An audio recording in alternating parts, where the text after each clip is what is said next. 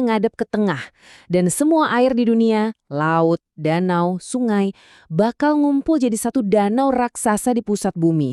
Mau nendang bola? Wah, lopakan aja, hampir mustahil.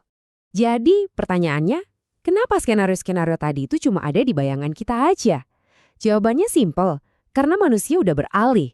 Dari yang tadinya cuma bikin cerita soal dunia, jadi benar-benar ngukur dan ngebuktiin. Nah, disinilah titik baliknya. Manusia itu pada dasarnya emang penjelajah kan?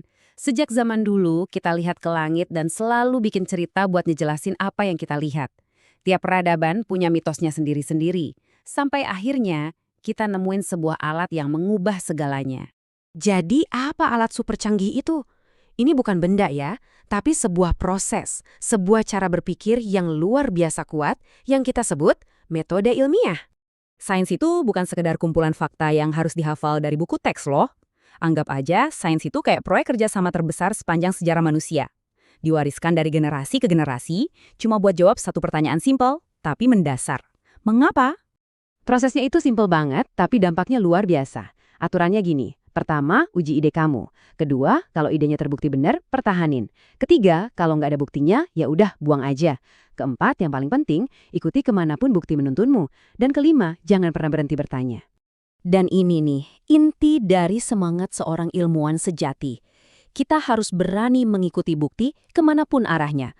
Bahkan, kalau bukti itu bertentangan sama apa yang udah kita yakini, atau rasanya nggak enak banget buat didengar. Nah, ini membawa kita ke perbedaan paling mendasar antara dua cara melihat dunia. Lewat bukti, atau cuma lewat keyakinan. Coba deh lihat bedanya. Sains itu selalu mulai dari satu titik. Oke, kita nggak tahu. Posisi yang rendah hati kan? Dari situ kita baru cari bukti yang bisa diuji sama siapa aja.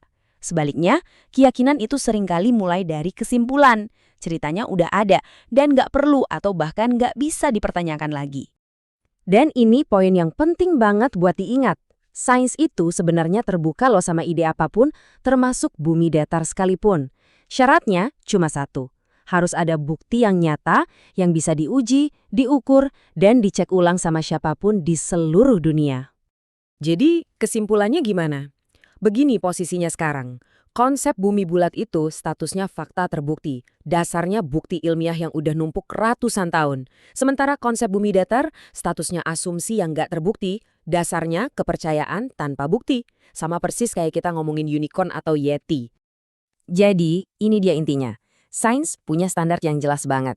Dia cuma bisa menerima apa yang udah terbukti lewat eksperimen dan pengamatan. Dan dia harus menolak semua yang cuma sebatas asumsi tanpa bukti.